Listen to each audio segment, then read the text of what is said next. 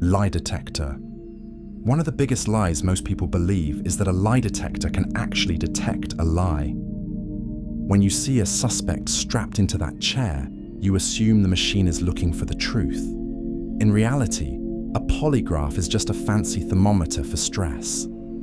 It records simple physical changes: your heartbeat, your breathing, and the sweat on your fingers. The whole system relies on one guess: that telling a lie makes your body freak out. But there is a major flaw in that logic. Your body reacts to fear exactly the same way. Imagine an innocent person accused of a crime. They are terrified. Their heart is pounding and their hands are shaking because they are afraid of being punished for something they didn't do. The machine feels this panic and often flags it as a lie. On the other hand, a real criminal who feels no guilt can lie with a perfectly calm heart. Because their body stays relaxed, the machine thinks they are innocent. So why are they still used? They are used as a prop. The machine is a tool for intimidation. Police investigators use it to bluff. They stare at the moving needles and tell the suspect, "The machine knows you did it," even if the results are unclear. They want the person to feel so hopeless that they just give up and confess on their own. This is why most courts won't accept these tests as evidence. Judges and scientists know the secret. The machine cannot tell the difference between a liar and a nervous person. It doesn't detect lies. It detects anxiety. Planned obsolescence. The frustration you feel when your phone slows down exactly 2 years after you bought it is a manufactured emotion. It is the result of a business strategy designed to turn your durable goods into disposable trash. This concept began in a secret meeting in Geneva in 1924. The world's biggest light bulb manufacturers realized their products were becoming too good. Bulbs were lasting practically forever, which meant sales were stagnating. To fix this problem, they formed a cartel and agreed to lower the lifespan of a light bulb to exactly 1,000 hours. They didn't engineer a better bulb, they engineered a fragile one. This was the birth of planned obsolescence. Today, this philosophy is baked into the design of almost everything you own. It has evolved from fragile filaments to unrepairable barriers. Engineers are often instructed to use heavy amounts of glue instead of screws, ensuring that opening a device to fix a battery destroys the screen. They use proprietary screws that no standard screwdriver can turn. Software updates are rolled out that demand more processing power than older hardware can handle, making a perfectly functional device feel sluggish and obsolete. The goal is to shift your status from an owner to a consumer. An owner maintains and repairs. A consumer uses and discards.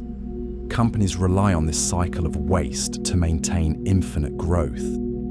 If they sold you a washing machine that lasted 40 years, as they did in the mid-20th century, they would lose decades of future sales. We have been trained to view this cycle as the natural pace of innovation. We assume that new technology must inherently replace the old.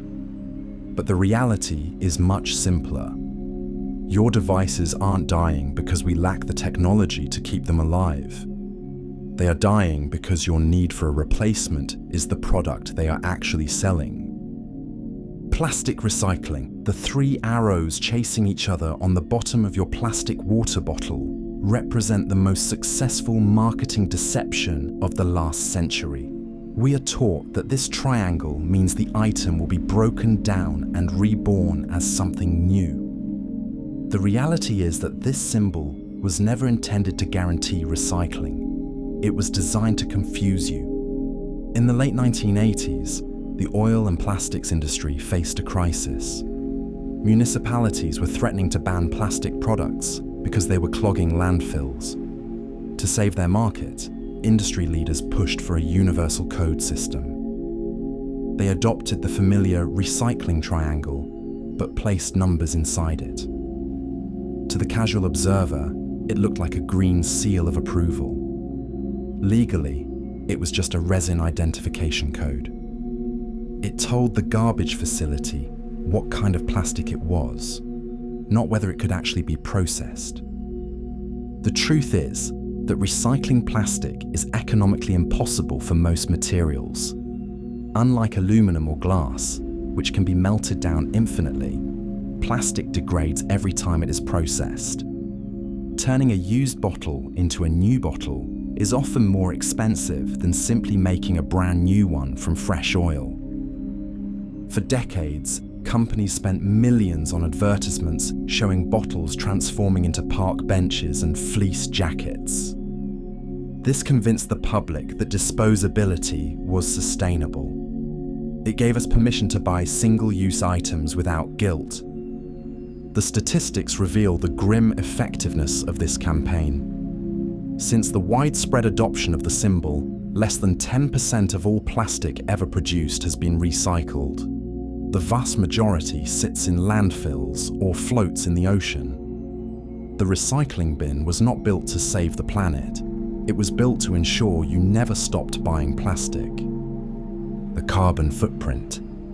The idea that climate change is your personal fault was invented by an oil company to protect its profits.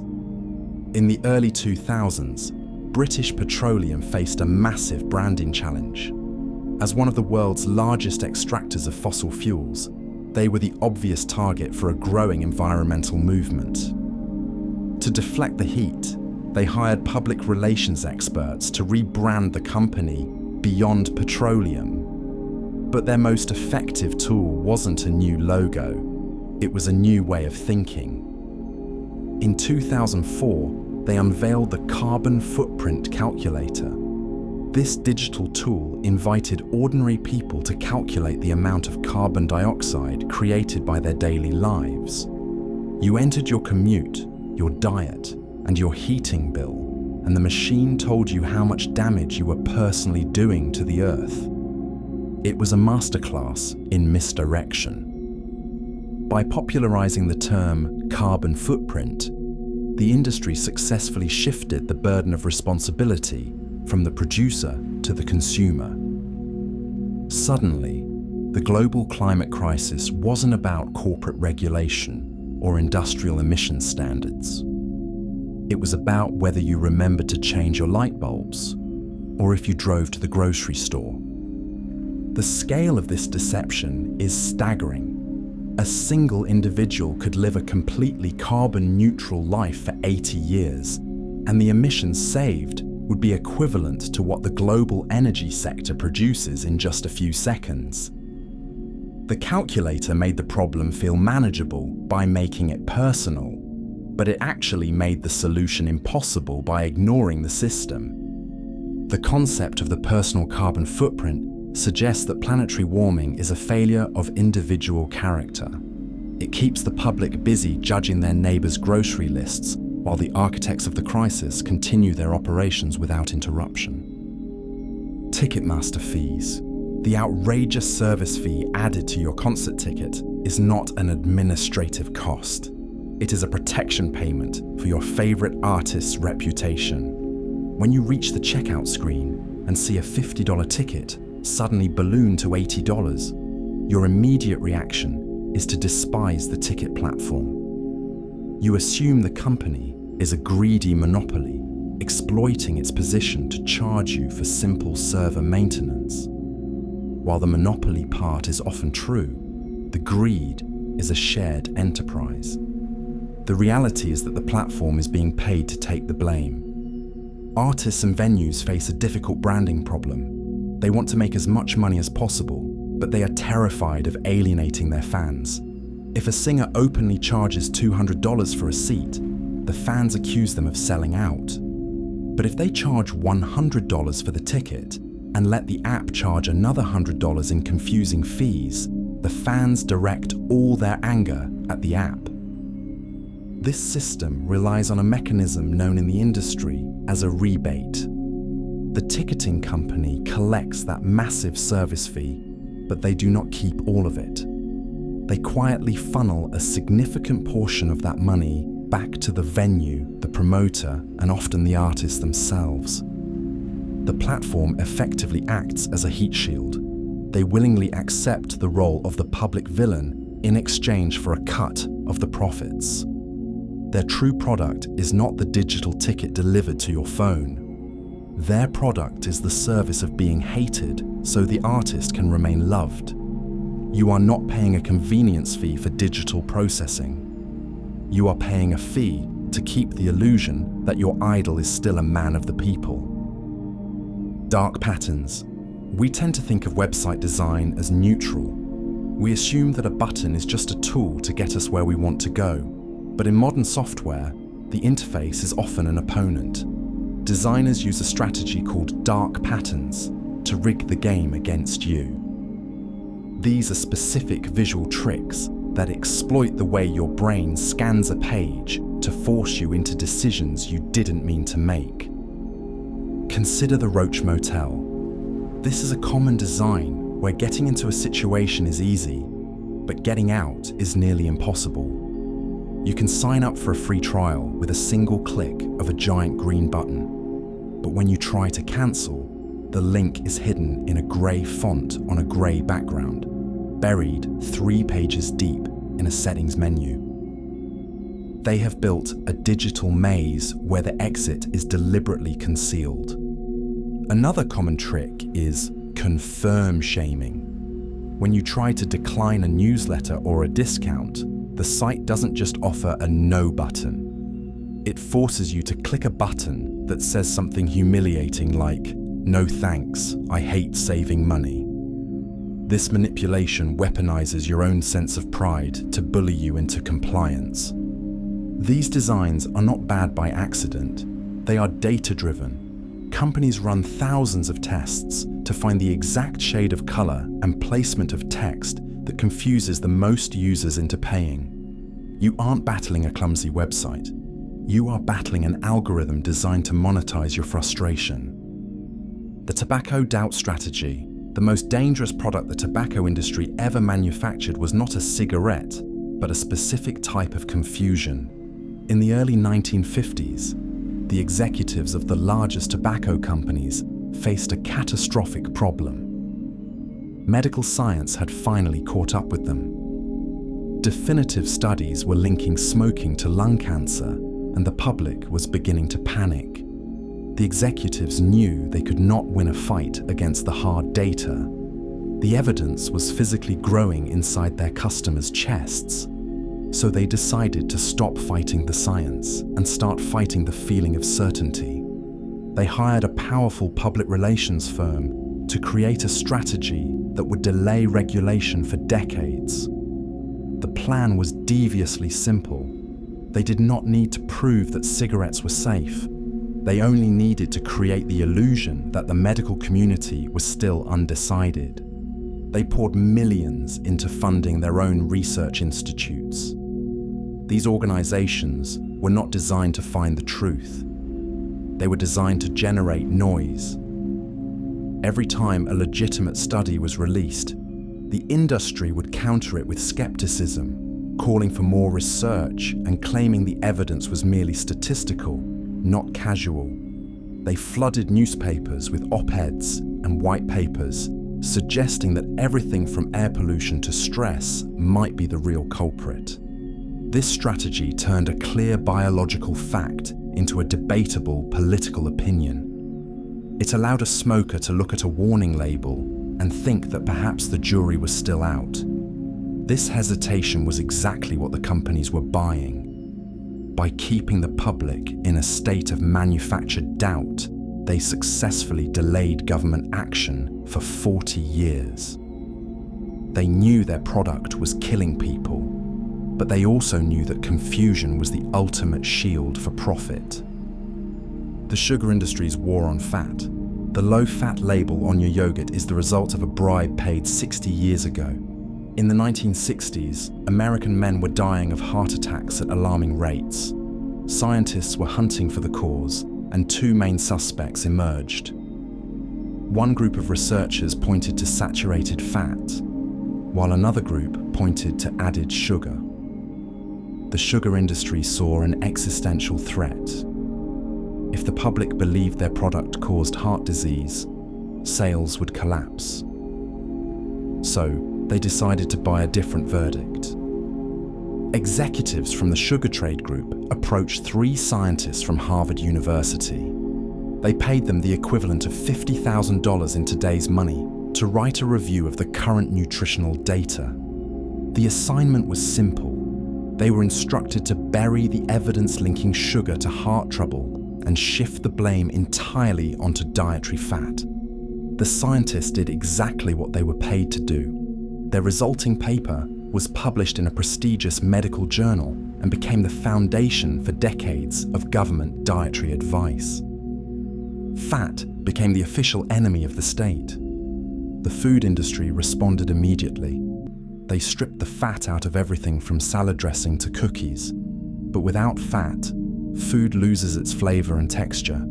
It tastes like cardboard. To make these new, healthy products edible, manufacturers pumped them full of sugar. For the next 40 years, consumers believed they were making responsible choices by eating low-fat processed foods. In reality, they were consuming massive amounts of hidden sugar. As the country diligently cut fat from its diet, rates of obesity and diabetes skyrocketed. We were following the doctor's orders, but the doctor was reading from a script written by the Candyman. Leaded gasoline, the most successful poison in history, was not a weapon of war, but a fuel additive sold at every gas station in America. In the 1920s, the automotive industry faced a mechanical problem. Their powerful new engines made a loud, damaging noise known as knocking. General Motors researchers needed a liquid additive to smooth out the combustion. They effectively had 2 choices. The first was ethanol, a clean alcohol that was safe and easy to produce. The second was tetraethyl lead. The choice was decided by profit, not engineering. Ethanol was too common. Any farmer could distill it from corn, meaning the auto giants couldn't control the patent or the price. Lead, however, could be patented. It offered them a monopoly. There was just one problem. Lead is a potent neurotoxin that destroys the human brain. The executives knew this. Almost immediately after production began, workers at the factory started to hallucinate, collapse, and die. To hide the bodies, the industry launched a massive public relations campaign. They deliberately removed the word lead from all advertising, rebranding the fuel simply as ethyl. They attacked public health experts who raised alarms, labeling them as hysterical. For the next 60 years, cars sprayed a fine mist of lead into the air of every major city on Earth. It settled in the soil, the water, and the blood of generations of children. Historians and scientists now believe this exposure lowered global IQ scores and contributed significantly to the violent crime waves of the 20th century. We spent decades breathing in a known toxin, not because it was the only way to run a car, but because it was the only way to own the market. The Stanford Prison Experiment.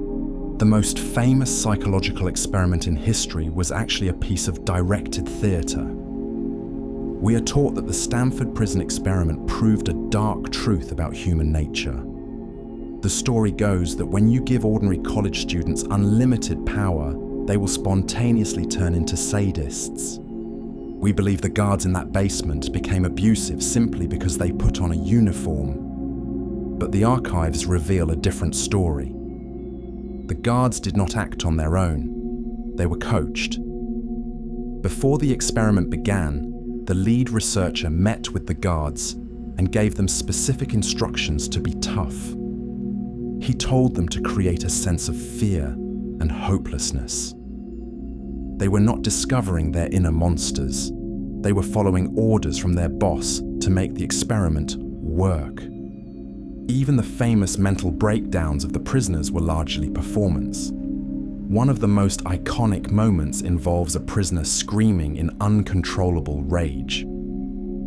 Years later, that student admitted he was faking the entire episode because he wanted to leave early to study for a graduate school exam. He wasn't traumatized. He was acting to get out of a contract. The study was supposed to show how environments change behavior, but it was fatally flawed because the researcher inserted himself into the environment. He wasn't observing a prison. He was directing a movie. For decades, textbooks have used this study to claim that evil is lurking inside everyone, waiting for an excuse to come out. The reality is that the cruelty was not natural. It was requested. Clean coal. The phrase clean coal is a contradiction in terms designed to make you believe a dirty rock can become a climate solution. For generations, coal was the undisputed villain of the environment. It turned city skies grey, coated lungs in soot, and fueled the acid rain crisis. As the world began to wake up to the realities of climate change, the industry faced an existential threat. They knew they could not change the chemical composition of carbon, so they decided to change the branding instead. The marketing pitch suggests that advanced technology can scrub the pollution from the smokestacks and bury it harmlessly underground. This concept allows politicians and executives to promise a future where we can keep burning fossil fuels without consequence. It paints a picture of a guilt-free power plant. The reality of this engineering is an economic and physical failure. The machinery required to capture carbon dioxide is incredibly expensive and energy-intensive. Running the equipment to clean the coal actually requires burning more coal, which significantly lowers the efficiency of the plant. It creates a parasite that eats into the power generation it is supposed to save.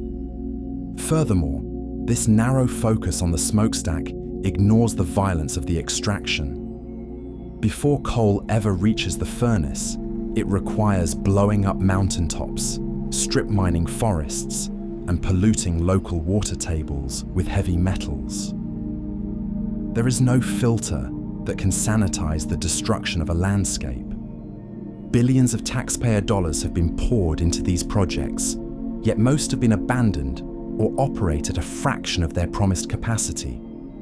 The term clean coal does not describe a viable technology. It is a stalling tactic used to delay the inevitable transition to energy sources that don't need to be scrubbed in the first place. Vitamin water.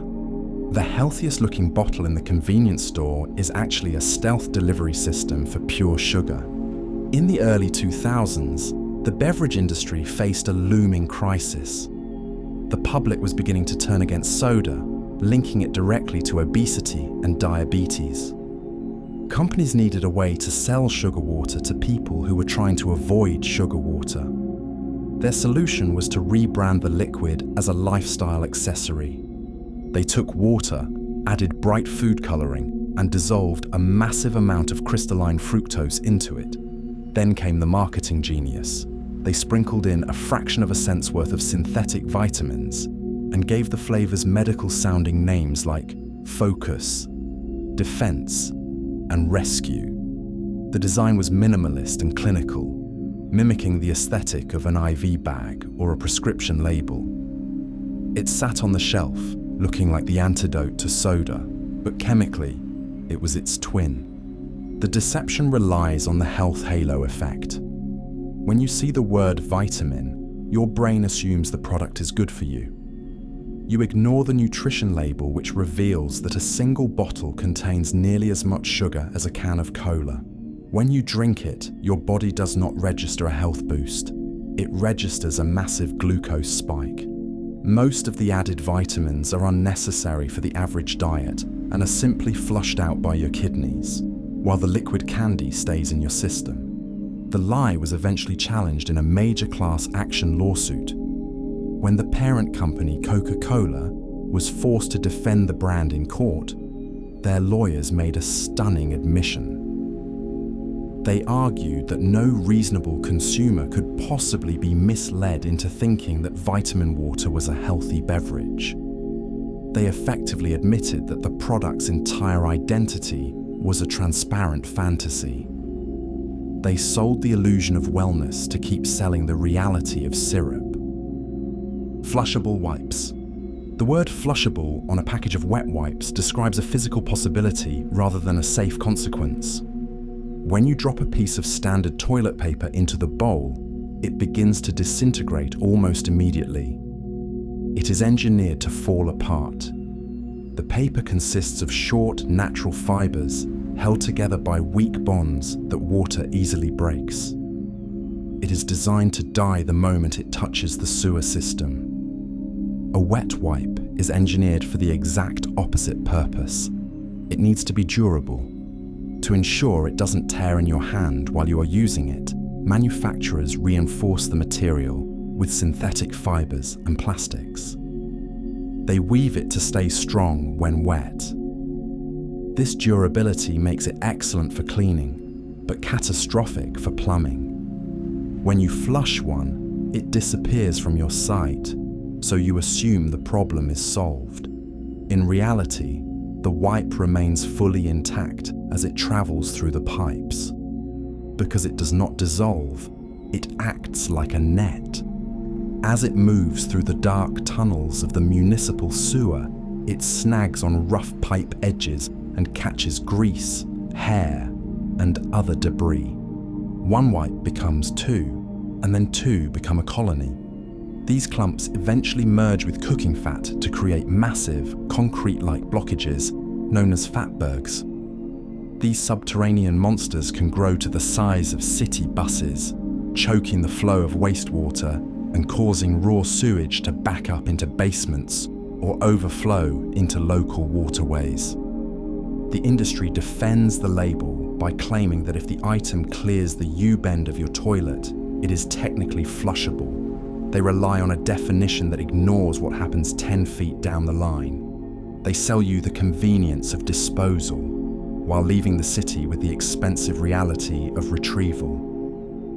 Printer ink scams. The black liquid sitting in your desk printer right now is one of the most expensive fluids on Earth, costing more by weight than fine champagne or imported perfume. This absurd valuation has nothing to do with rare ingredients or complex chemical engineering. It is an artificial price wall erected by a deliberate business strategy. The trap begins when you buy the printer itself. Manufacturers often sell the hardware to you at a financial loss.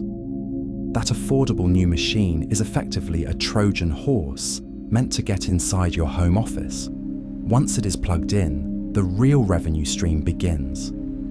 The company knows that once you own their specific machine, you are structurally locked into their ecosystem. To ensure you stay locked in, they weaponize the cartridge itself. Modern ink cartridges are fitted with small microchips. The industry claims these are for quality control, but their primary function is to act as digital gatekeepers. These chips prevent the printer from accepting cheaper generic alternatives. Even more frustratingly, the software often uses the chip to guess ink levels based on arbitrary page counts rather than measuring the actual fluid remaining. This results in the infuriating low ink warning that stops your work dead. Countless examinations have revealed that cartridges declared empty by the machine often still contain 20 to 40% of their usable ink. You are regularly forced to discard a functional product. The technology on your desk is not engineered for efficiency. It is engineered for synchronized waste designed to maximize perpetual profit. Gold-plated HDMI cables. The $100 cable connecting your television to your game console is performing the exact same job as the $5 version in the discount bin. This widespread consumer confusion stems from a hangover of the analog era. Back when we used red, white, and yellow cords to hook up a VCR, the quality of the wire actually mattered. An analog signal is a physical wave. As it travels down a wire, it can degrade, get fuzzy, or pick up static. In that world, spending more money for better shielding could technically make the picture look a little bit sharper. But But an HDMI cable operates in a completely different universe. It transmits a digital signal. This means it isn't sending a wave. It is sending a rapid stream of data, effectively just ones and zeros. Think of it like sending an email. It doesn't matter if you type the email on a solid gold keyboard or a cheap plastic one. The message arrives at the destination exactly the same way. Retailers exploit this misunderstanding to upsell you massive markups. They coat the connectors in a thin layer of gold, wrap the cord in braided nylon, and package it in a premium box. They claim the gold provides better conductivity. While it is true that gold resists corrosion, unless your living room is as humid as a rainforest, your connectors are not going to rust. The physics of digital data are unforgivingly simple. The image has no gradient of quality. It either appears perfectly on your screen or it cuts out completely. There is no such thing as a warmer digital picture or richer digital sound. By paying 10 times the price for a premium brand, you aren't buying a better experience. You are simply buying jewelry for the back of your television. The extended warranty, the most profitable item in an electronics store, is not the television on the wall, but the invisible promise sold at the register. When the cashier asks if you want to protect your purchase, they are triggering a specific psychological vulnerability. You have just committed to spending a significant amount of money, and your brain is naturally anxious about losing that investment. The store exploits this moment of hesitation to sell you a product that creates money out of thin air. The math behind these protection plans relies on a statistical reality that the industry rarely discusses. Electronic failure rates follow a very specific U-shaped pattern. Defects usually reveal themselves almost immediately, within the first few weeks of use. This early period is already covered by the standard manufacturer's warranty included in the price. If a device survives its first 90 days, it is overwhelmingly likely to function perfectly for years, until it eventually wears out from old age. The extended warranty you buy covers the middle period, the safe zone where your device is least likely to break. You are paying a premium to ensure the safest years of the product's life. Furthermore, the protection is often an illusion. These contracts are filled with aggressive exclusions. They frequently deny claims for accidental damage, water spills, or normal wear and tear, the exact accidents you are actually worried about. Retailers push these plans so hard because they are almost pure profit. While they might make a 5% margin on the laptop itself, they can make a 50% margin on the warranty. They aren't selling you insurance because they care about your device. They are selling it because they know the odds are they will never have to fix it. Fast fashion greenwashing. The biggest lie in your closet right now is the tag on a cheap t-shirt that says sustainable. When you walk into a major fast fashion retailer today, you will almost certainly see a special section. It features garments with earth-toned labels using gentle words like conscious, aware, or future. These collections are heavily marketed campaigns designed to convince you that the brand is reforming its destructive habits. They want you to feel morally comfortable making a $5 purchase. But these green sections are a tiny drop in a massive toxic bucket.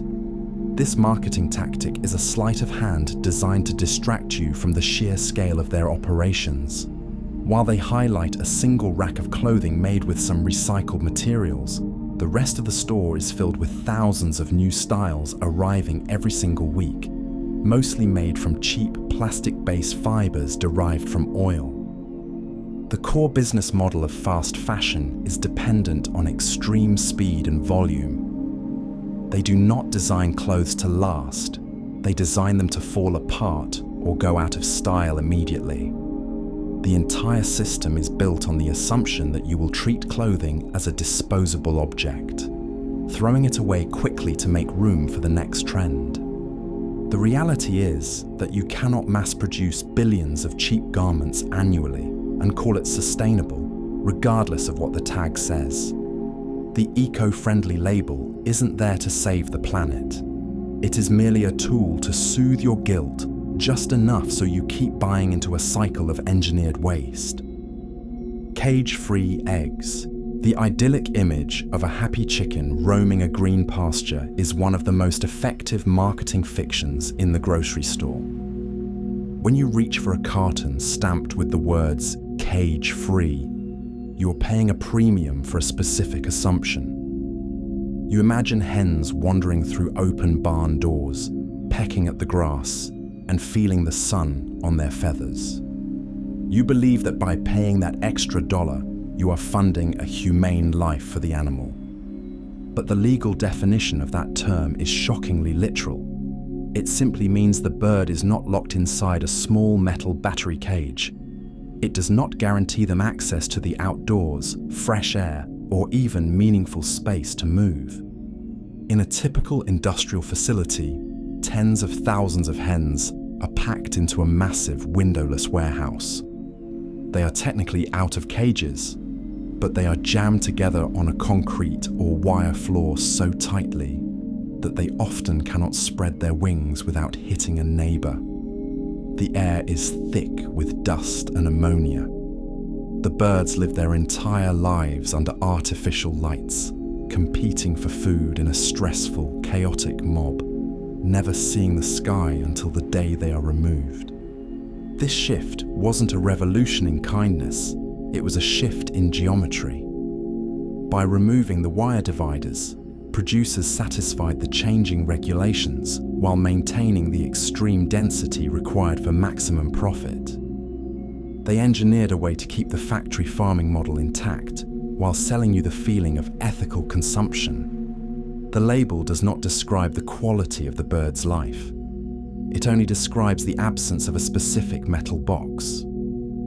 Superfoods, the most expensive ingredient in your morning smoothie, is not the exotic berry or the imported seed, but the adjective describing them. The term superfood appears nowhere in medical textbooks or nutritional science. It is a marketing phantom. If you search for the legal definition of the word, you will find a blank page. This lack of regulation means that any company can slap the label on any product without proving a single health claim. The concept was actually coined around World War I by a banana corporation. The United Fruit Company had a surplus of bananas and needed to convince mothers that this cheap, tropical fruit was essential for a child's survival. They published pamphlets declaring it a superfood. It wasn't a discovery, it was a sales pitch designed to move inventory. Modern marketing has refined this tactic into an art form. The strategy relies on obscurity. To justify a high price tag, the food must come from far away. A berry from the Amazon rainforest feels more valuable than an apple from an orchard 10 miles away, even if their nutritional profiles are nearly identical. This obsession creates a hierarchy that ignores basic biology. We are trained to believe that eating a bowl of kale will undo the damage of a sedentary lifestyle. We fixate on specific nutrients, like antioxidants, while ignoring the complex interactions of a complete diet. The truth is that the most powerful foods are often the most boring. Sweet potatoes, beans, and frozen spinach are nutritional powerhouses that get no glory because they are cheap and common. The industry cannot patent a carrot, so they have to invent a miracle instead. Blue light glasses. The yellow-tinted glasses sitting on your nose are solving a problem that does not actually exist. Marketing campaigns have convinced millions of office workers that the light emitting from their screens is slowly damaging their retinas. They paint blue light as a modern toxic waste that needs to be filtered out for the sake of your health. This narrative collapses the moment you walk outside. The sun is the ultimate source of blue light. A casual walk outdoors exposes your eyes to intensities hundreds of times stronger than your smartphone or laptop. If this specific wavelength were truly destroying human vision, our species would have gone blind thousands of years ago. However, the industry relies on the fact that your eyes truly do hurt after a long workday. They use this real physical pain to sell you a fake mechanical cure. The discomfort you feel is not caused by the color of the light. It is caused by the behavior of the user. When you stare at a screen, you naturally stop blinking. You hold your focus at a fixed, unnatural distance for hours at a time. Your eye muscles fatigue and the surface of your eye dries out. This is called digital eye strain. Placing a piece of plastic between you and the computer does not force you to blink more often or look away to rest your focus. Even the claim that these glasses improve sleep is largely redundant. While bright light at night can indeed disrupt your internal clock, you do not need to buy hardware to solve this. Every modern device already has a free software setting that automatically warms the screen colors after sunset. The glasses are effectively a placebo. They capitalize on our anxiety about our screen addiction. We buy them because they make us feel like we are practicing self-care, even while we continue to stare unblinking into the void. Detox teas. The entire wellness industry of detoxification is built on the false premise that your body is a stagnant swamp that accumulates sludge. In reality, you are already in possession of the most sophisticated filtration system on the planet. Your liver and kidneys are biological workhorses that run 24 hours a day. They identify impurities in your blood, break them down, and expel them naturally. If these organs actually stopped working, no amount of herbal tea would save you. You would need a hospital. The expensive detox, blends, and juice cleanses you see on social media are not aiding this process, they are bypassing it. If you look at the ingredients list on many of these boxes, you will often find a leaf called senna. This is not a magical cleansing agent.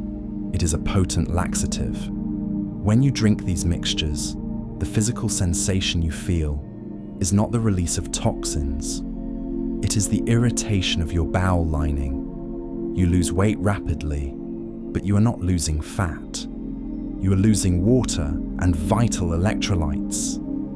The flattened stomach you see in the mirror is simply the result of dehydration and emptiness. Notice how these companies never name the specific toxins they are removing. They use the word as a vague, scary placeholder for anything you feel insecure about. They have successfully monetized a bodily function you already possess. The best way to help your body detox is to simply drink water and let your liver do the job it has been doing since the day you were born. Alkaline water. The expensive bottle of water in your hand loses its magical properties the moment it touches your stomach acid. Manufacturers have built a multi-million-dollar empire on the claim that drinking water with a higher pH level will neutralize the acidity in your body.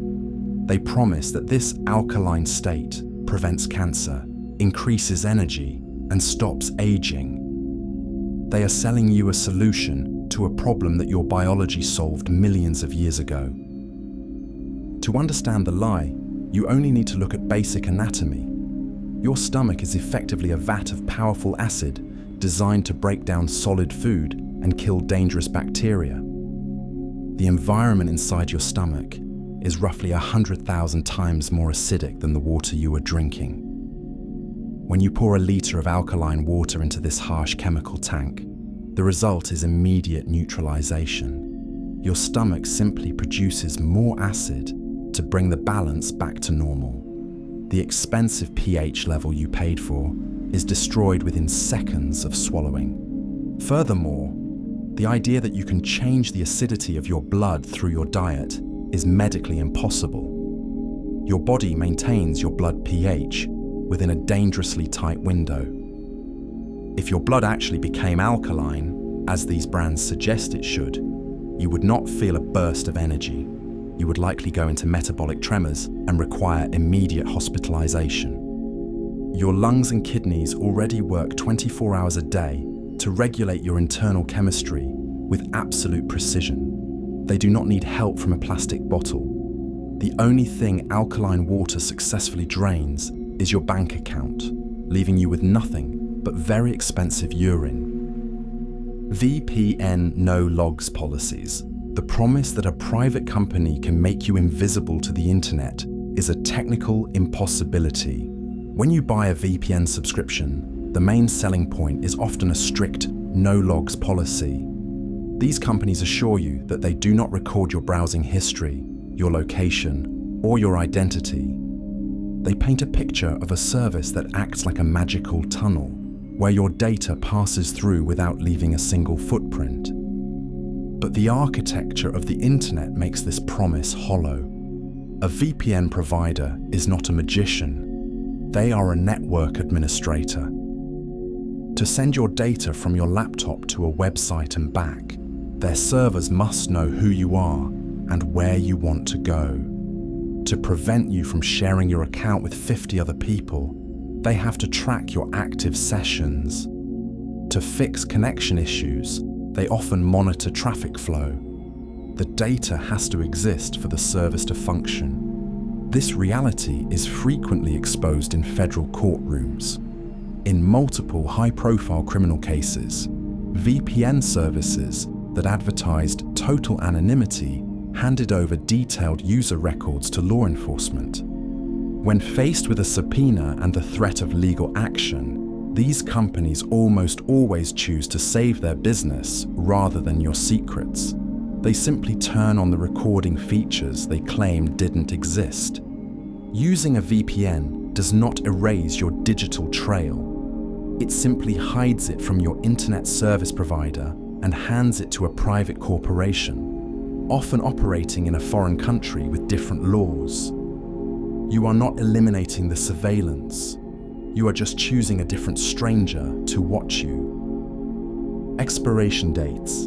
The date stamped on your yogurt container is a guess, not a safety warning. Most of us view the numbers printed on our groceries as a strict biological deadline. We assume that at midnight on that specific day, the food transforms from nutritious to toxic. We treat the carton of milk like a ticking time bomb that must be discarded the moment the clock strikes. This belief drives one of the largest ongoing wastes of money in the modern household. The reality is that federal law does not require expiration dates on food, with the single exception of baby formula. The dates you see are not safety standards determined by health inspectors or scientists. They are arbitrary estimates decided entirely by the marketing and quality control departments of the manufacturer. These labels, often phrased as best by or sell by, are strictly about peak quality. They indicate when the manufacturer believes the product will taste its absolute best. A cracker might be slightly less crunchy, or a sauce might be marginally less vibrant after that date, but it does not spontaneously become poisonous. Food companies have a vested interest in conservative dating. They want to ensure you only eat their product when it is perfect to protect their brand reputation. However, this system creates a profitable side effect. When you pour perfectly good milk down the sink because the date was yesterday, you immediately go to the store to buy more. You are replacing a functional product based on a phantom rule. This confusion causes consumers to throw away billions of pounds of edible food every year. We have been trained to trust a printed number more than our own senses. The best tool for determining if your food is safe is not a stamp on the packaging, but your own eyes and nose. FICO scores. The 3-digit number determining your ability to buy a home does not measure your wealth or your financial success. Most people believe that a high credit score is a badge of honor that proves they are good with money. We view it as a report card for adulthood. If you are responsible, the number goes up. If you are reckless, the number goes down. But this belief assumes that the system was built to serve you. The reality is that the credit score is a product sold to banks, not a service provided to consumers. The Fair Isaac Corporation designed this algorithm to measure exactly one thing. It measures how profitable you are to a lender. You can verify this by looking at how the score behaves. If you were to inherit $10 million tomorrow and pay off every single debt you owe, your score would not go up. It would eventually disappear. To the algorithm, a person with zero debt and a bank account full of cash is invisible. You are useless to the system because you are not paying anyone interest. Conversely, a person who stays in debt for their entire life, making minimum payments and carrying a balance, is the ideal customer. They are reliable livestock for the banking industry. The score rewards them for remaining in the cycle of borrowing. The danger of this metric is that it has escaped the bank vault. Landlords, insurance companies, and even employers now use this number to judge your character. They are using a tool designed to measure your tolerance for debt, to measure your trustworthiness as a human being. We have been tricked into maintaining a relationship with debt just to prove we are allowed to participate in society. TurboTax Free File. The annual cost of filing your taxes is a fee you pay to a company for solving a problem they created. In many developed countries, tax season effectively does not exist. The government already possesses your financial data from your employer and bank. They simply send you a pre-filled return. If the numbers match your records, you sign it and send it back.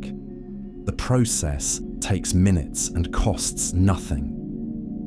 This system is known as return-free filing, and it has been blocked in the United States by a massive corporate lobbying campaign. For years, the makers of TurboTax viewed a simple, free tax system as an existential threat to their profits.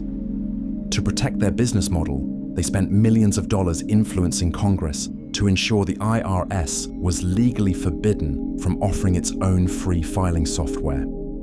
As a compromise, the industry promised to offer a free version of their private software to millions of low-income Americans. However, investigative reporting revealed that they deliberately sabotaged this mandated service. They added code to their website that prevented the true free filing page from appearing in search engine results. Instead, they directed users to a free edition that was actually a marketing funnel. This version was designed to upsell.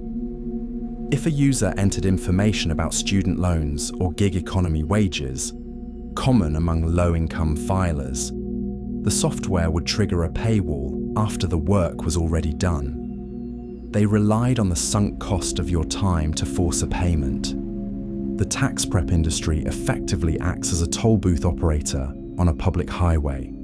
They did not build the road, and they do not maintain it.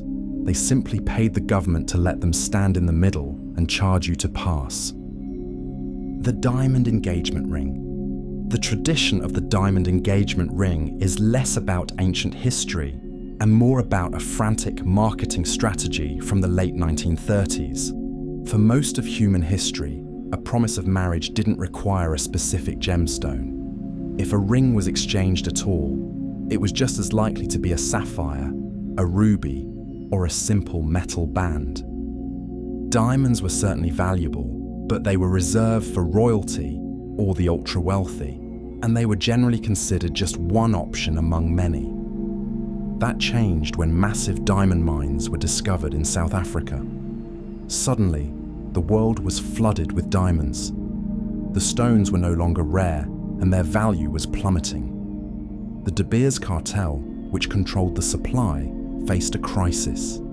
They had a surplus of product and a public that didn't care to buy it. They needed to stop selling diamonds as mere jewelry and start selling them as an emotional necessity. In 1938, they hired an advertising agency to fundamentally shift public perception. the agency launched a subtle but aggressive campaign. They didn't just buy billboards, they influenced culture. They gifted large diamonds to Hollywood actresses to wear in films and paid for gossip columns to describe the stones in detail. They even sent lecturers into high schools to teach teenage girls that a diamond was the only true symbol of engagement. Then came the masterstroke in 1947, the slogan, "A diamond is forever." This four-word phrase accomplished two things. First, it linked the stone to the concept of eternal love. Second, and more importantly for business, it convinced people never to resell their diamonds, which kept the second-hand market from undercutting new sales.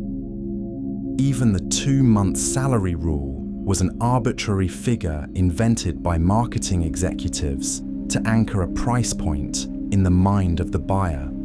Today, we view the diamond engagement ring as a timeless requirement of romance, but it is actually the result of one of the most successful psychological nudges in corporate history. Halitosis. The modern obsession with fresh breath is the result of a marketing campaign that rebranded a surgical antiseptic as a social necessity. In the late 19th century, Listerine was a product in search of a purpose. It was a strong-smelling amber liquid used primarily as a surgical disinfectant, a treatment for gonorrhea, and even a floor cleaner for hospitals. While effective at killing germs, it was too harsh for the average consumer to consider putting in their mouth on a daily basis. That changed in the 1920s when Gerard Lambert, the son of the company's owner, stumbled upon an obscure medical term in an old bulletin. The word was halitosis. It sounded clinical, serious, and like a legitimate medical pathology rather than a simple hygiene issue. Lambert and his advertising team decided to weaponize this word. They launched a campaign that shifted the focus from the product itself to the terrifying social consequences of not using it. They didn't sell fresh breath. They sold the fear of being an outcast. The advertisements told tragic stories of beautiful women who remained unmarried and capable men who were passed over for promotions. The villain in these stories was always halitosis. The genius of the campaign lay in the paranoia it induced. The ads claimed that you could have this condition without knowing it, and that even your closest friends would be too polite to tell you. Before this campaign, bad breath was considered a minor, occasional nuisance. By the time the campaign saturated the market, it was viewed as an unforgivable chronic condition. The company's profits rose by thousands of % in just 7 years. They successfully taught the public that a natural bodily occurrence was a disease, and that their floor cleaner was the only cure. Breakfast is the most important meal. The insistence that breakfast is the biological anchor of your day is largely a masterpiece of corporate lobbying. Before the industrial era, eating habits were dictated by hunger and availability, not a cultural rulebook. The Romans, for instance, often ate only one substantial meal a day around noon. The shift began with the Industrial Revolution, which required workers to fuel up before long, fixed shifts.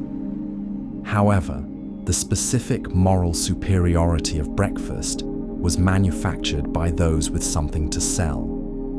In the late 19th century, religious health reformers like John Harvey Kellogg promoted processed grains to curb what they viewed as sinful bodily passions.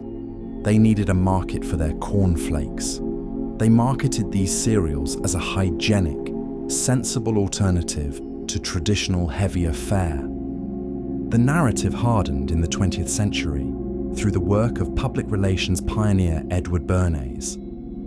Hired by a packing company to increase bacon sales, Bernays orchestrated a survey of 5,000 physicians. He asked them if a heavy breakfast was better than a light one to replenish energy. When the doctors agreed, Bernays successfully spun this into headlines, declaring that science supported a heavy breakfast of bacon and eggs. Cereal companies followed suit, funding studies that linked breakfast to better work performance. They created a feedback loop where marketing masqueraded as nutritional advice. The reality is that the human body adapts well to various eating windows. The fear of skipping a morning meal is not a metabolic warning signal, but the lingering echo of a century-old sales pitch. Jaywalking. The crime of crossing the street was invented by the auto industry to steal the road from you. If you go back just 100 years, the street wasn't a designated channel for cars. It was a public square. It was the collective front yard of the city, where pedestrians, vendors, and playing children ruled the pavement. In fact, if a car hit a person in 1915, the driver was almost automatically considered at fault. The public viewed cars as dangerous intruders, labeling them death machines. This public outrage was a disaster for car manufacturers. They realized that if people kept blaming cars for accidents, city governments would restrict speed limits to a crawl, rendering their product useless. They couldn't redesign the narrow city streets, so they decided to redesign public opinion. They needed to shift the blame from the heavy machine to the soft body it hit. They launched a strategic campaign to mock pedestrians. Their weapon was a specific word, jaywalker. In the 1920s, a jay wasn't just a name. It was a slang term for a country bumpkin, someone uneducated and clueless about city life. To be called a jaywalker was to be called a rube, who didn't know how to behave in civilized society. The industry lobbied to enact local ordinances and used Boy Scouts to hand out shame cards to people crossing the street. They staged parades where clowns were hit by cars to show that only fools walked in the road. It worked. Social shame turned into legal restriction. Within 2 decades, the auto industry had successfully rewritten the law. Today, when we see someone walking in the street, we instinctively feel they don't belong there. But the truth is, the road was theirs first. It was taken by a marketing trick so successful, we forgot it was a lie. The clean Wehrmacht. The distinction between the evil Nazi fanatic and the noble German soldier is a fabrication invented after the war ended. For decades, history books taught a comfortable lie. We were told that the Holocaust and the massacres of World War II were the exclusive work of the SS and the Gestapo. The regular German army, known as the Wehrmacht, was painted as a professional fighting force that stayed out of politics and kept its hands clean. This myth was not an accident. It was a political necessity. As the Cold War began, the United States and Britain needed West Germany to rearm against the Soviet Union. You cannot build a new army if you treat every veteran as a war criminal. So, the Allies made a deal. They allowed German generals to write their own memoirs. These generals crafted a story where they were victims of Hitler, just like everyone else. They claimed they were fighting an honorable war on the front lines, while the crimes happened behind their backs without their knowledge. The evidence buried in the archives tells a much darker story. The regular army was not a bystander. They were active partners in the genocide. Wehrmacht commanders issued orders to shoot civilians and burn villages. They provided the trucks, the ammunition, and the logistical support that allowed the death squads to operate. They deliberately starved millions of Soviet prisoners of war to death. The proof was found in the pockets of the soldiers themselves. Infantrymen took thousands of photographs of mass executions and sent them home to their wives as souvenirs. The clean Wehrmacht was never a reality. It was a diplomatic alibi designed to let the world move on without looking too closely at the past. Operation Paperclip. The most horrific war criminals of the 20th century did not go to prison. They went to the payroll. We are taught that the end of World War II brought a wave of justice. We see the black and white footage of the Nuremberg trials and assume that the monsters were punished. But behind closed doors, the American government made a cold calculation. They decided that winning the next war was more important than punishing the last one. In Germany, this took the form of Operation Paperclip. American intelligence identified top Nazi scientists who had developed advanced rocket technology. Many of these men were dedicated party members who had used slave labor from concentration camps to build their machines. Instead of facing a judge, they were secretly brought to the United States. Their files were scrubbed of incriminating evidence, and they were given jobs at NASA. The men who built the V-2 rocket to destroy London were rebranded as the heroes who took America to the moon. The trade was even darker in the Pacific. In Japan, a covert group known as Unit 731 had spent years conducting biological experiments on living human prisoners. They tested bubonic plague, performed surgery without anesthesia, and froze limbs to study gangrene. When the war ended, the American authorities did not prosecute the unit's leader, General Shiro Ishii. Instead, they offered him a secret deal. If he handed over his medical data, he would be granted total immunity. The United States wanted the results of his torture to gain an edge in biological warfare. The lie, we are told, is that justice is blind. The reality is that justice was negotiable. The foundation of modern space travel and biological defense was purchased with a get-out-of-jail-free card for mass murderers. The Spanish flu, the deadliest pandemic in modern history, is named after the only country that was honest enough to admit it existed. In 1918, the world was locked in the trenches of the First World War. As millions of soldiers moved across borders, they brought a terrifying new virus with them.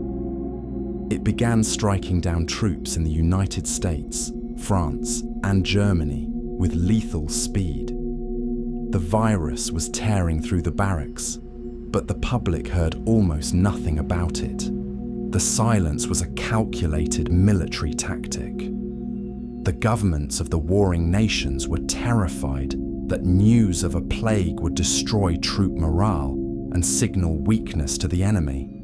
To keep the war machine running, they enforced strict censorship laws. Newspapers in London, Washington, and Berlin were forbidden from printing anything that might damage the war effort. They buried the story to protect the front lines. Spain, however, was neutral. They were not fighting in the Great War, which meant they had no need for military censorship. When the virus crossed their borders and infected their citizens, including the king himself, the Spanish press did their job. They published headlines detailing the spread of this mysterious, deadly fever. Because Spain was the only voice speaking into the global silence, the rest of the world assumed the disease originated there.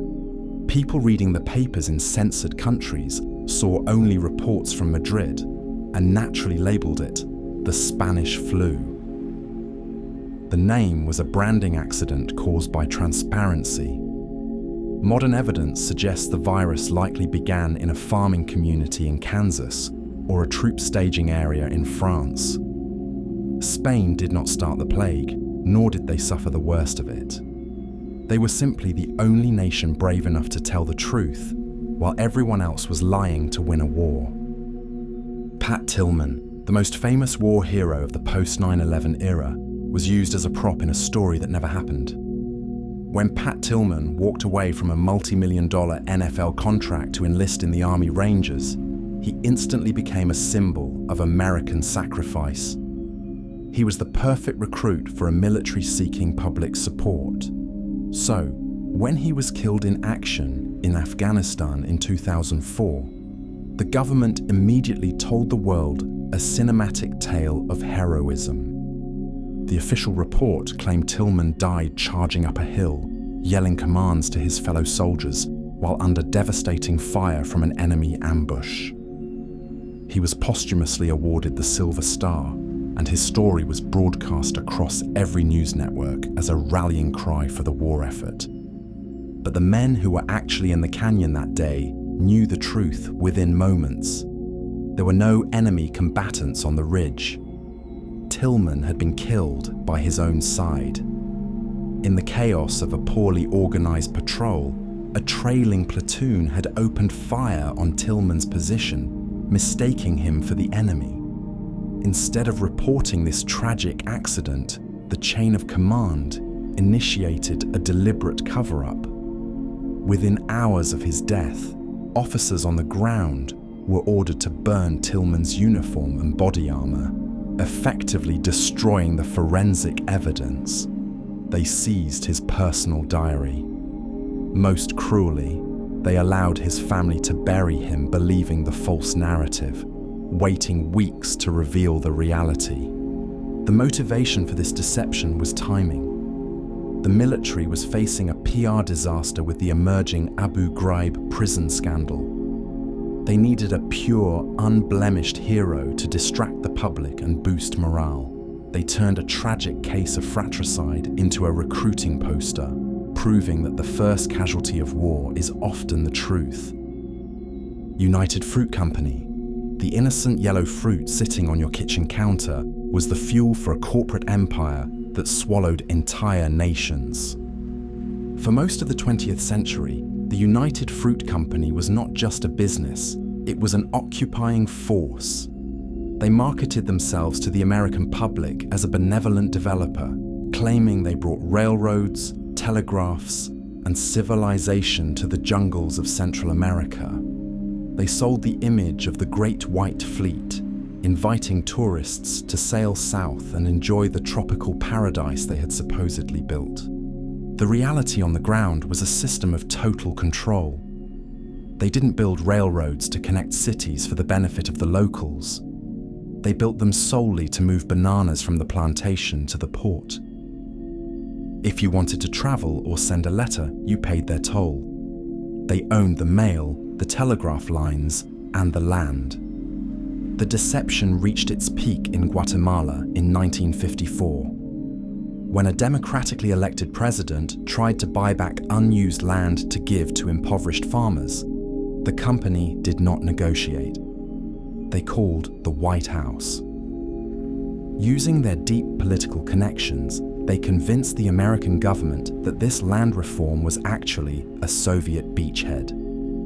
The result was a CIA-sponsored coup that destroyed a democracy to save a profit margin.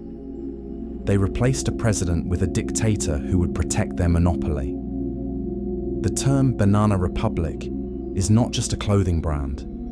It was a derogatory name for a country that had ceased to be a sovereign nation and had become a private plantation. We got cheap fruit, but the people who grew it lost their freedom. The Columbus hero myth. The statue of Christopher Columbus standing in the town square is not a monument to history, but to a marketing campaign created 400 years after he died. We are taught in grade school that Columbus was a visionary genius who proved the earth was round while everyone else feared falling off the edge. This is complete fiction. Every educated person in 1492 already knew the planet was a sphere. Columbus was not a genius. He was simply terrible at math. He calculated the size of the ocean to be far smaller than it actually was. He didn't find the Americas because of his brilliance. He stumbled into them because he was lucky enough to hit land before his crew starved to death. To his dying day, he refused to admit he had found a new continent, insisting he had merely found a shortcut to Asia. The image of the noble explorer crumbles the moment you read his own journals. Upon arrival, his first thoughts were not of trade, but of enslavement. He viewed the indigenous Taino people as raw capital. His time as governor of Hispaniola was so horrific that it shocked even his contemporaries. He ruled with such cruelty, mutilating natives who failed to collect enough gold and executing Spanish colonists without trial, that the Spanish king and queen actually had him arrested, he returned to Europe not in triumph, but in chains, stripped of his titles for being a tyrant. So why do we celebrate him? The national holiday was not established to honor the man's character. It was pushed in the 20th century to appease Italian-American voters who were facing intense discrimination. They needed a hero to prove they belonged in the American story. We don't celebrate the actual captain. We celebrate a mascot invented to serve a political purpose. Lemming suicide. The most famous example of mass suicide in the animal kingdom is actually a crime scene created by a film crew. For decades, we have used the word lemming to describe someone who mindlessly follows the crowd into disaster. We picture thousands of fuzzy rodents marching in unison toward a cliff and plunging into the sea. This specific image is burned into our collective memory by a 1958 Disney nature documentary called White Wilderness. The film won an Academy Award for its stunning portrayal of this tragic natural instinct. But the entire sequence was a fabrication. The filming took place in Alberta, Canada, which is a landlocked province with no outlet to the sea. Since lemmings are not native to that area, the filmmakers purchased a few dozen of them from Inuit children in a different province. They transported the animals to the set and placed them on a large turntable covered in snow to film tight shots of them running, creating the illusion of a massive, endless migration. When it came time for the dramatic climax, the animals refused to jump. Survival instinct is powerful, and lemmings are not suicidal. To get the shot, the crew had to physically herd the confused animals to the edge of a riverbank. Off camera, they pushed and threw the lemmings into the water. The footage of them drowning was narrated as a mysterious act of nature, but it was simply animal cruelty edited for dramatic effect. In reality, lemmings do migrate when their population explodes and food becomes scarce. They are capable swimmers who cross small bodies of water to find new territory. Occasionally, some drown if the current is too strong, but these are accidents, not a death pact. The only mindless behavior in that documentary belonged to the humans behind the camera. The alpha wolf. The entire concept of the alpha male is based on a scientific mistake that the author spent 40 years trying to retract. In the 1940s, researchers observed a group of wolves living in a zoo. They watched the animals engaging in vicious, violent battles for dominance. They saw a clear hierarchy emerge, where the strongest male ruled through aggression, forcing the others into submission. From these observations, the term alpha entered our vocabulary as the ultimate symbol of leadership and power. But the study had a fatal design flaw. The wolves being observed were not a natural pack. They were unrelated strangers, captured from different places, and forced to live together in a small enclosure. The behavior the scientists saw was not the natural order of the wild. It was the stress response of inmates in a prison yard. They were fighting because they were terrified and trapped with strangers. When scientists finally developed the technology to track wolves in the wild, the picture changed completely. They discovered that a natural wolf pack is simply a family. The leader is not a tyrant who won a fight. The leader is just the father. The subordinates are simply his children. In the wild, the father does not walk in front to assert dominance. He often walks in the back or the middle to keep an eye on the group. He does not eat first while the others starve. He ensures the pups are fed. The structure is based on care and protection, not conquest.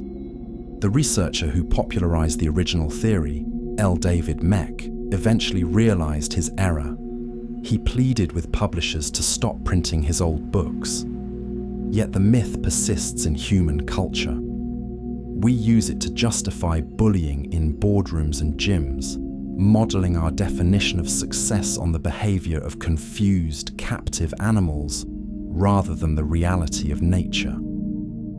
Google Incognito Mode, the dark window you toggle on to browse in secret, is not a cloak of invisibility. When you click that button and see the icon of a spy in a hat and glasses, your brain makes a logical assumption. You believe you have entered a private tunnel where your actions are hidden from the outside world. You feel safe exploring the internet without a digital trail. But this feature was never built to hide you from the internet. It was built to hide your activity from the other people living in your house. The software simply deletes the record from your own machine. It ensures that your spouse or your roommate cannot open your history tab and see where you have been. It is a domestic privacy tool, not a digital shield. Once your request leaves your computer, you are walking in broad daylight. Your internet service provider logs every website you visit to manage your bill. The network administrator at your job can see you are not working. Most importantly, the sites you visit are still tracking you. They use a technique called fingerprinting. By analyzing your screen size, your battery level, and your software version, they can identify your specific device with frightening accuracy, even without using cookies. Internal documents released during a recent lawsuit revealed that Google continued to collect data on users who were browsing in this private mode. They used this information to feed their advertising algorithms, proving that the privacy was merely cosmetic. Using this mode is like closing the curtains in your living room while leaving the front door wide open. You cannot see out, but everyone else can still walk right in. You are not a ghost. You are simply a user who decided not to write in their diary. Alien invasion panic, the story of millions of Americans fleeing their homes in terror from an imaginary alien invasion, is a myth created by newspapers to crush a rival. We have all heard the legend of the War of the Worlds broadcast. We are told that on Halloween night in 1938, Orson Welles narrated a radio play so convincing that it broke the mind of the nation. We picture families huddled around the wireless, loading shotguns and packing cars to escape the Martians. We believe it was a moment where technology tricked the entire country. But the reality is that almost no one was actually listening. That night, the vast majority of American radios were tuned to a comedy show on a rival network featuring a popular ventriloquist. The ratings data from the time shows that the alien drama had a tiny audience. It was a niche artistic performance, not a national news event. The myth of the panic was not born on the radio waves. It was born the next morning in the print headlines. At the time, the newspaper industry was terrified of radio. They were losing advertising money to this new, instant medium. They needed a way to prove that radio was dangerous, irresponsible, and untrustworthy. Editors seized on a few isolated reports of confused callers and blew them up into a nationwide catastrophe. They published sensational stories claiming that radio had caused mass hysteria to convince advertisers that print was the only safe place for their money. The irony is deep.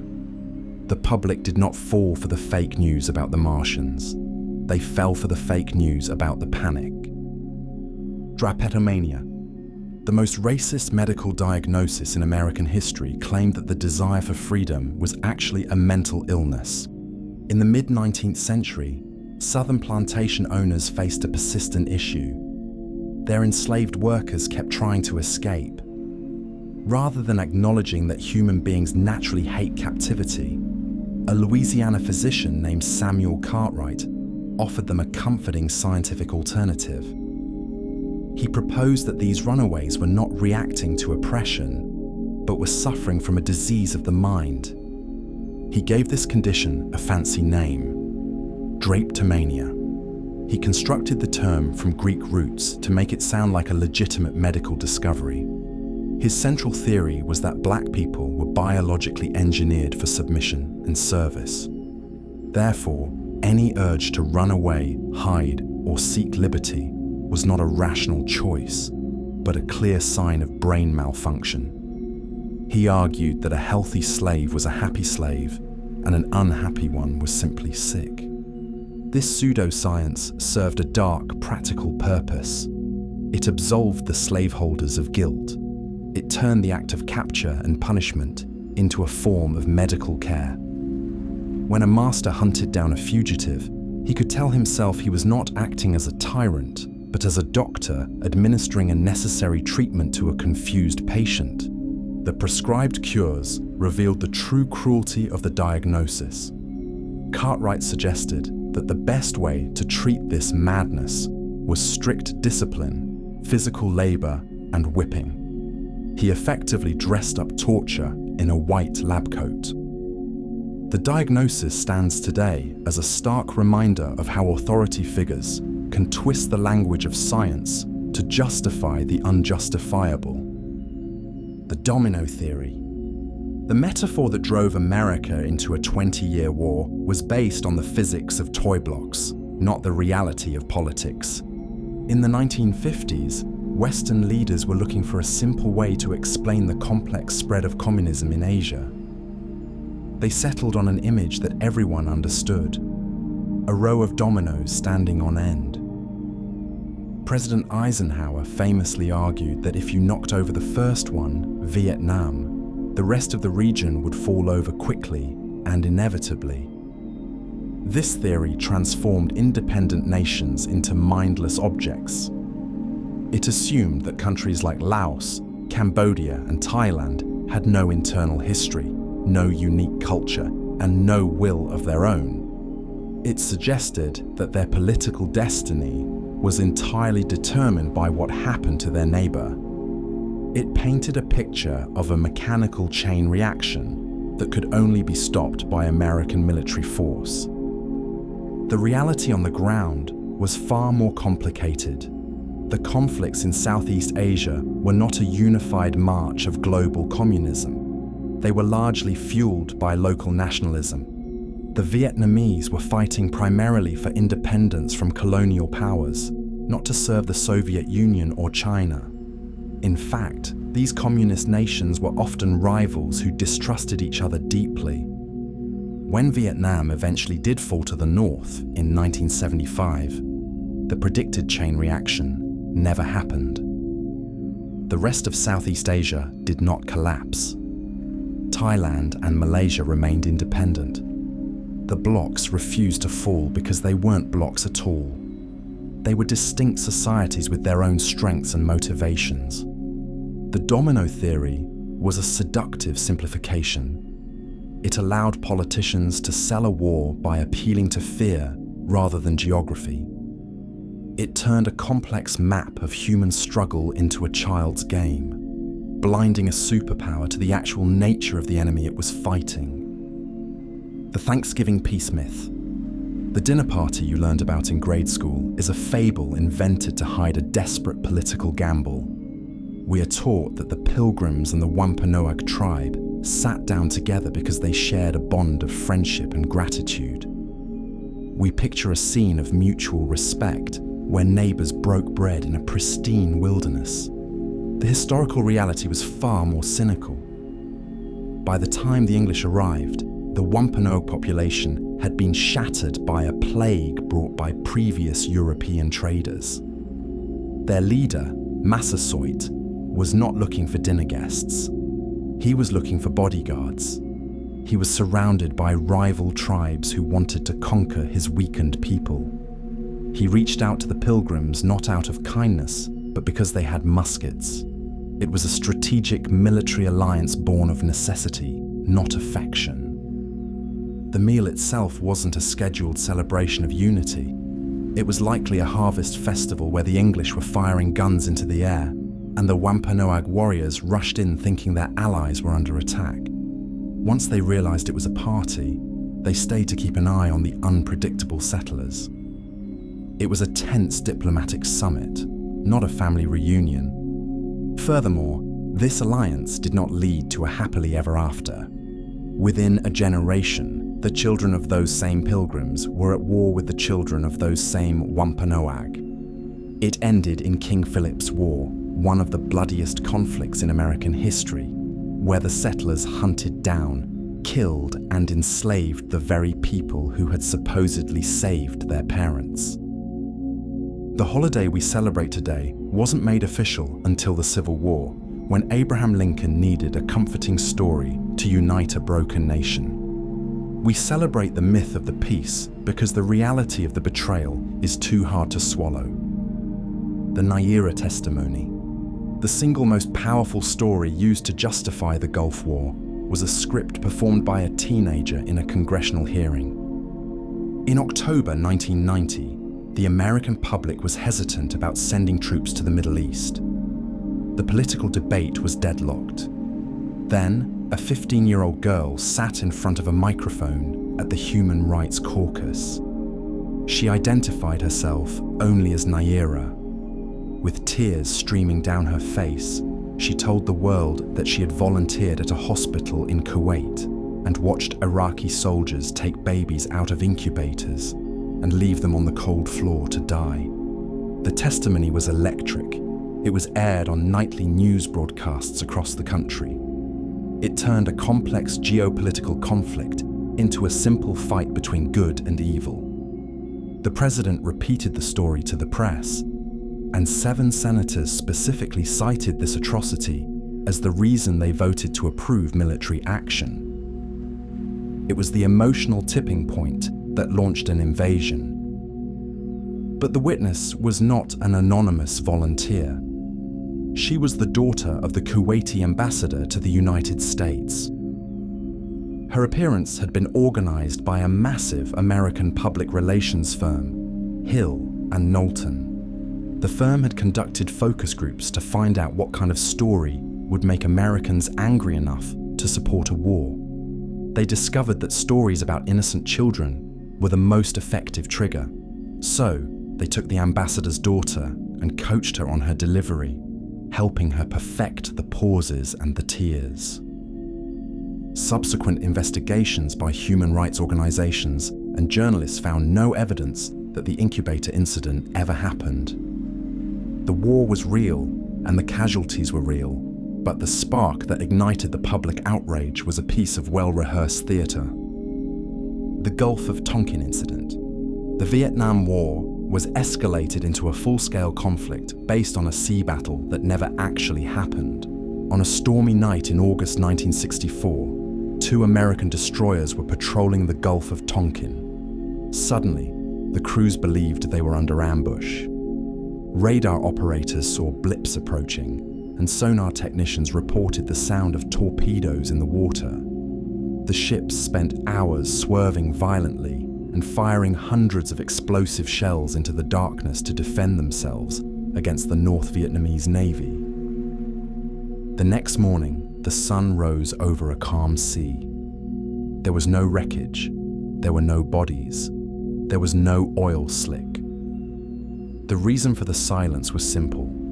There had been no enemy ships. The attack was a mix of weather anomalies and human jitteriness. The radar blips were likely caused by high waves and atmospheric pressure. The sonar pings were just the sound of the American ship's own rudders turning in the water. Even the pilots flying air support overhead reported seeing nothing but black water. The commanders on the scene sent urgent messages to Washington, warning that the reports were likely false. They specifically asked for a pause to verify the facts. The White House ignored them. President Johnson needed a justification to intervene in Vietnam, and this phantom battle was the perfect excuse. He went on national television and declared that the United States had faced unprovoked aggression. Congress immediately passed the Gulf of Tonkin resolution, handing the president a blank check for war. This deception paved the way for a decade of conflict and millions of deaths. The most significant turning point of the war wasn't a military strategy. It was a ghost on a radar screen. The missile gap. One of the most terrifying political crises of the Cold War was a completely imaginary problem. In the late 1950s, the American public was gripped by a specific, paralyzing fear. After the Soviet Union successfully launched the Sputnik satellite, a narrative took hold that the Russians were mass-producing nuclear missiles. Politicians and military generals warned that the United States had fallen dangerously behind. They called it the missile gap. This phrase became a central weapon in the 1960 presidential election, used to paint the current administration as weak and asleep at the wheel. The story was simple. The Soviets were churning out intercontinental ballistic missiles like sausages, leaving America vulnerable to an overwhelming first strike. The Air Force used this fear to demand massive budget increases, and candidates used it to demand votes. But inside the White House, President Eisenhower knew it was a lie. He just couldn't prove it to the public without revealing state secrets. Eisenhower had a trump card called the U-2 spy plane. These high-altitude aircraft were flying secretly over Soviet territory, photographing their military bases. The president had seen the photos. He knew that the Soviet missile program was struggling, plagued by technical failures and delays. When the new administration finally took office and looked at the classified intelligence, the sheer scale of the deception became clear. The gap did exist, but it was in the opposite direction. While the public had been told the Soviets had hundreds of missiles pointed at New York, the actual number of functional Soviet ICBMs was 4. The United States, by comparison, had dozens, supported by a massive fleet of bombers. The world spent years holding its breath over a nuclear standoff that was, in reality, a bluff. The panic was real, but the enemy was a ghost. Uranium forgery. The evidence used to justify the invasion of Iraq was a stack of papers that looked like a clumsy high school art project. In 2002, the United States and Britain needed a smoking gun to prove Saddam Hussein was building a nuclear bomb. They found their answer in a set of intelligence documents from Italy. These papers outlined a terrifying secret deal. They claimed that Iraq had successfully purchased 500 tons of yellowcake uranium from the African nation of Niger. This specific threat became the centerpiece of the argument for war. It terrified the public and made it into the President's State of the Union address. The message was clear. The mushroom cloud was coming. But when nuclear inspectors finally got their hands on the physical documents, the lie unraveled in a single afternoon. It did not take a forensic lab to spot the fraud. A simple Google search would have been enough. The papers were filled with glaring, impossible errors. The letters were signed by a Nigerian foreign minister who had not been in office for over 10 years. The letterhead was obsolete. One of the documents featured a signature that was clearly photocopied from a completely different treaty. The dates on the stamps didn't even match the calendar. The entire package was a crude cut-and-paste job, likely created by a low-level intelligence broker trying to make a quick profit. Yet, these obvious fakes bypassed the entire intelligence apparatus of the most powerful nations on Earth because they told the story the leaders wanted to hear. The world went to war based on a receipt for a purchase that never happened. The asbestos cover-up. The insulation in your attic was known to be a killer 40 years before the public was ever warned.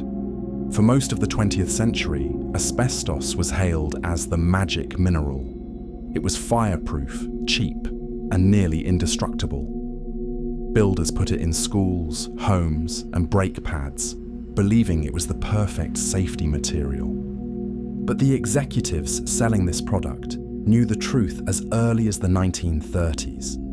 Their own internal doctors were reporting that the men working in the factories were dying young. Their lungs were filled with scar tissue.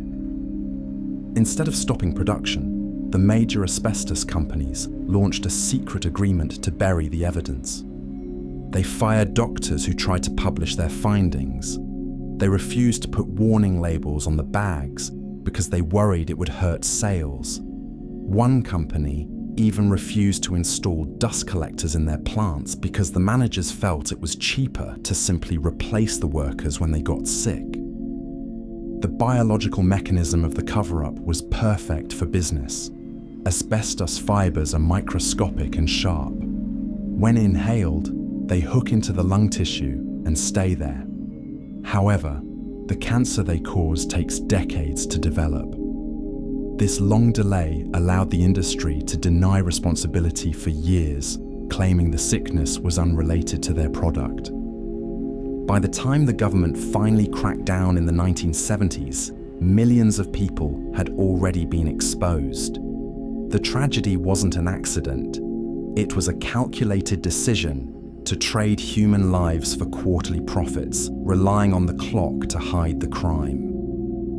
The Radium Girls. The glowing dials on military watches were painted by young women who were explicitly instructed to eat poison. In the 1920s, the United States Radium Corporation hired thousands of young women for prestigious, well-paying factory jobs.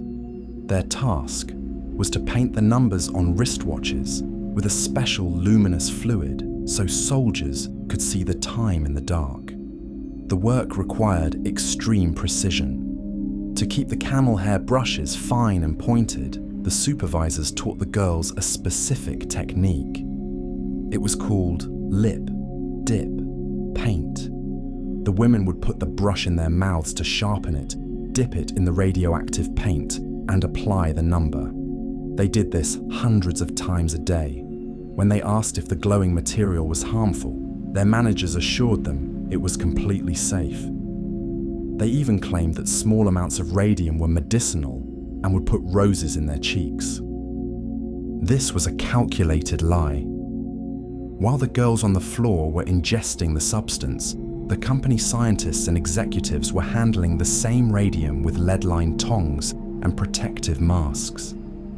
They knew that the element destroyed human tissue, but they viewed their workforce as disposable assets. The results were horrific. The radium settled in the women's bodies and began to rot their bones from the inside.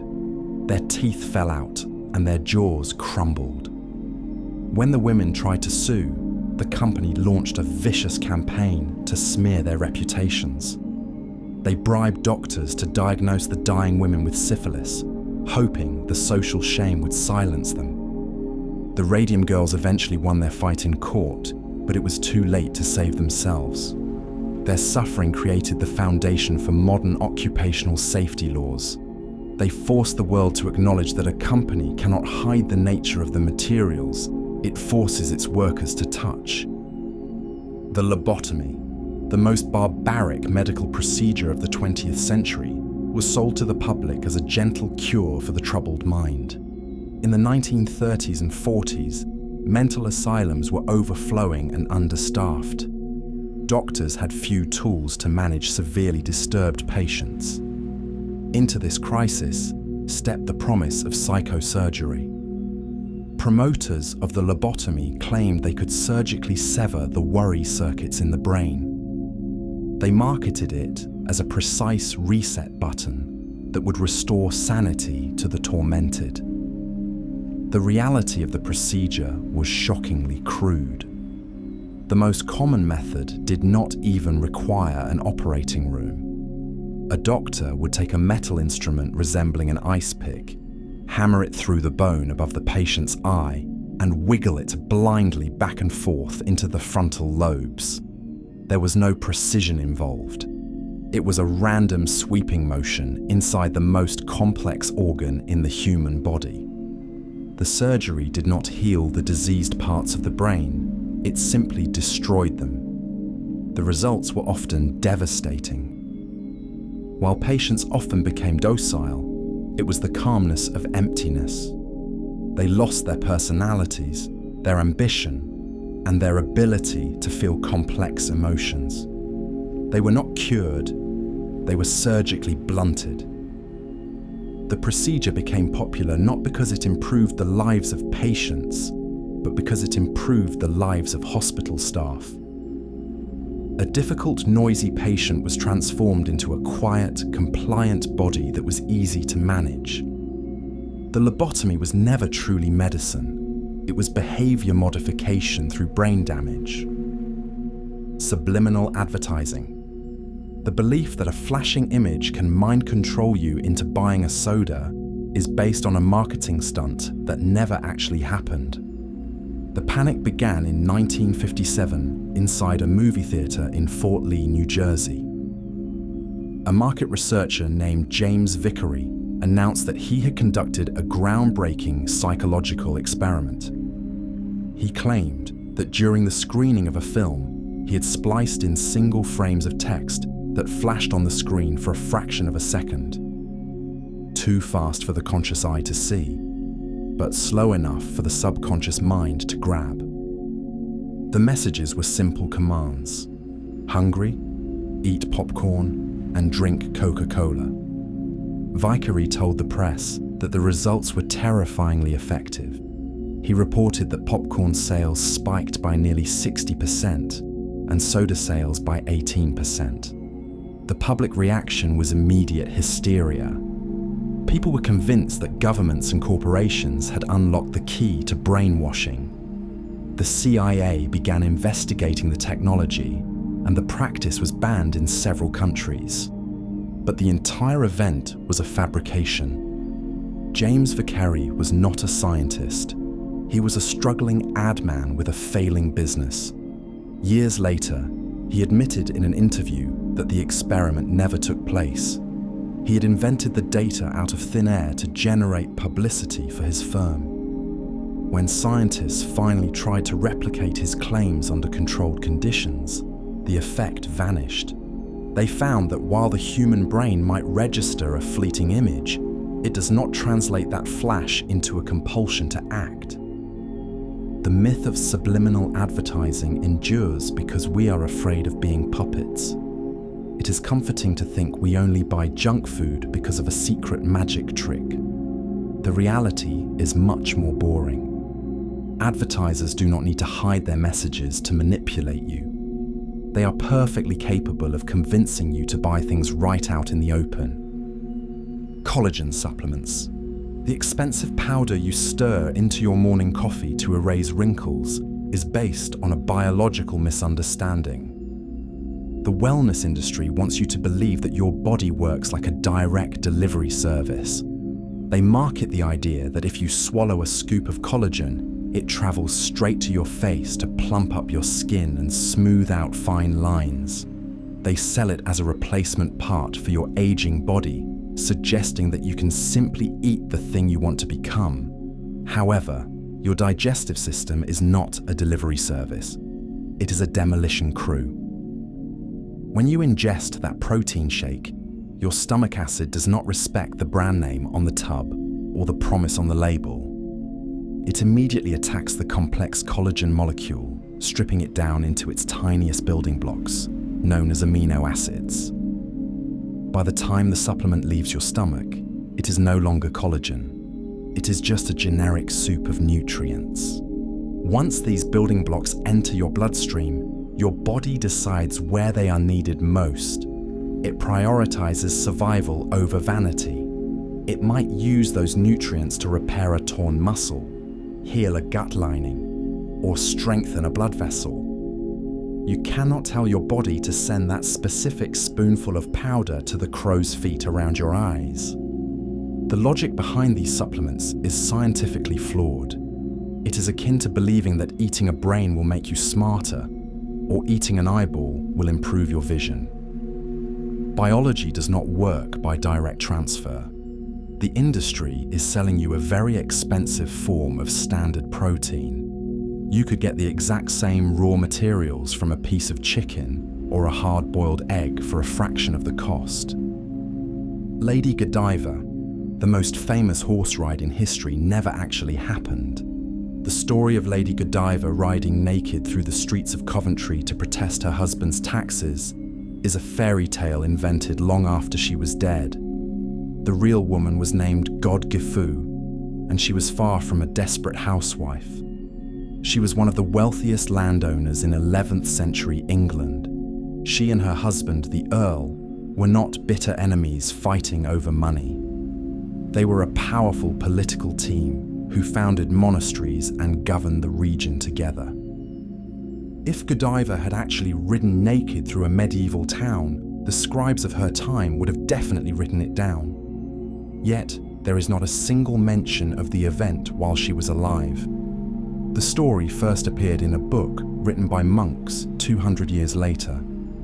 It was likely a myth created to make her seem more saintly or to attract religious pilgrims to the church she funded. Even the villain of the story is a fake. The character of Peeping Tom, the man who went blind for looking at her, was not in the original legend. He was added nearly 600 years later to make the story more exciting for new audiences. We love the image of a noblewoman sacrificing her dignity to help the poor. It is a perfect story of rebellion against authority. But the reality is much more boring. Lady Godiva was a serious, pious aristocrat who kept her clothes on, paid her taxes, and died in her bed. Abner Doubleday invented baseball. We are taught that a young man named Abner Doubleday invented baseball in a cow pasture in Cooperstown, New York in 1839. This specific date and location are the entire reason the Baseball Hall of Fame stands where it does today. The story claims he scratched the diamond into the dirt and wrote the rules from scratch, giving the nation a homegrown sport. But there is a glaring historical problem with this timeline. In 1839, Abner Doubleday was not playing in a field in rural New York. He was a cadet at West Point Academy, tied down by strict military discipline hundreds of miles away. Doubleday eventually became a famous Civil War general and wrote voluminous diaries throughout his life. In thousands of pages of personal writing, he never once mentioned the game of baseball. He died without ever knowing he was supposed to be its father. The myth was manufactured in 1905 by a group of men led by sporting goods tycoon Albert Spalding. Spalding was desperate to prove that baseball was a purely American invention. He hated the factual reality that the sport had evolved slowly from a British children's game called Rounders. He needed a patriotic origin story to sell the game's independence.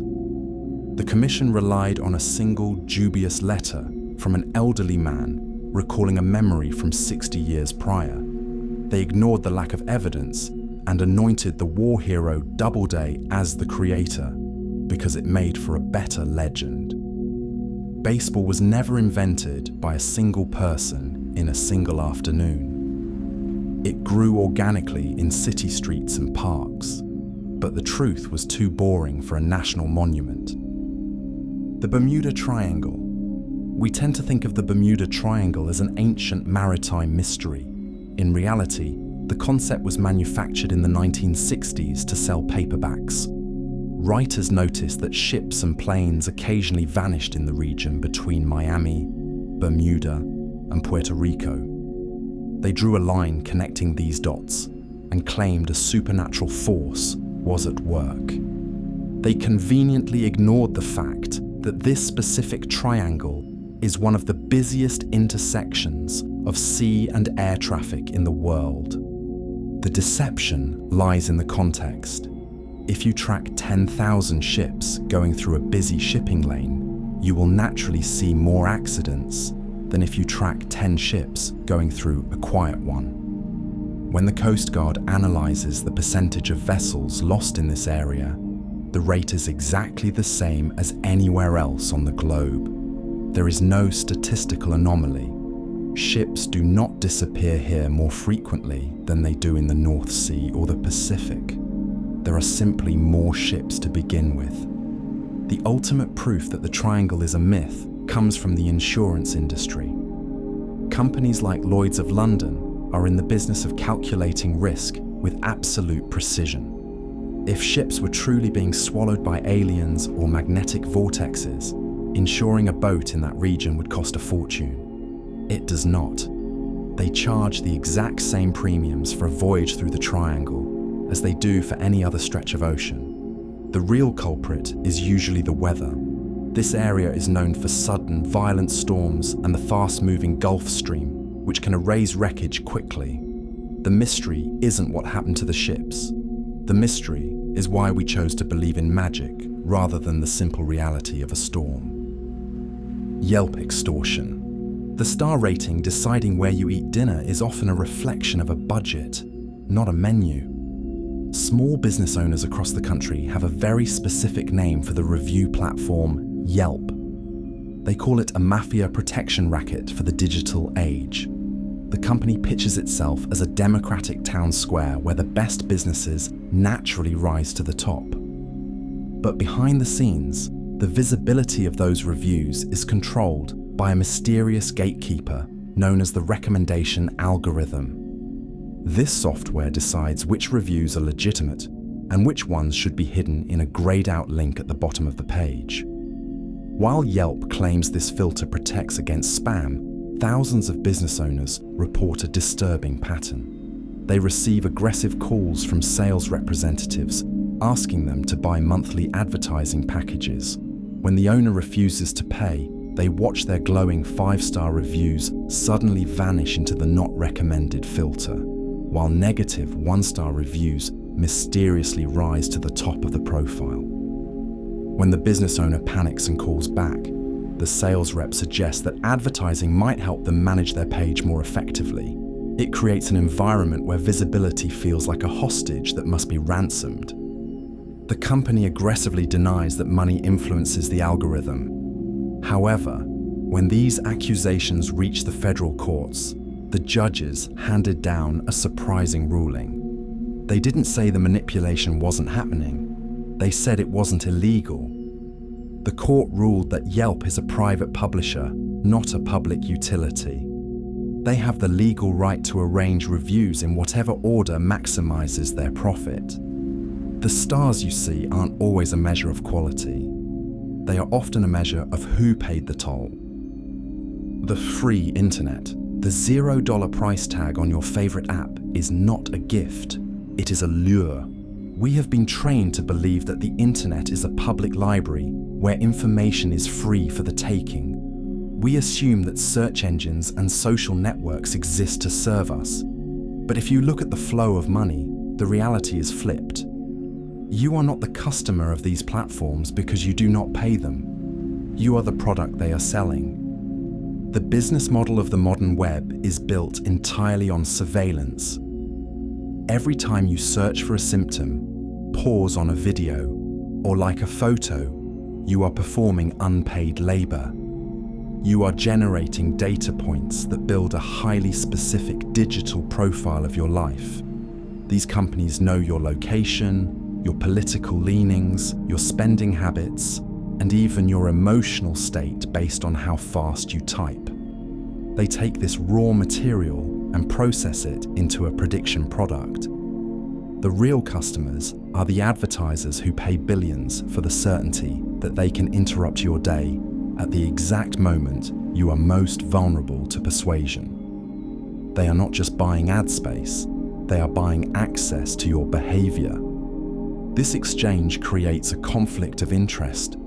The platform is not designed to be helpful or truthful. It is designed to be addictive. The longer you stay glued to the screen, the more data you generate and the more ads you see. The algorithm deliberately feeds you content that makes you angry or anxious because strong emotions keep you clicking. We think we are browsing the world for free, but we are paying for it with our privacy and our peace of mind.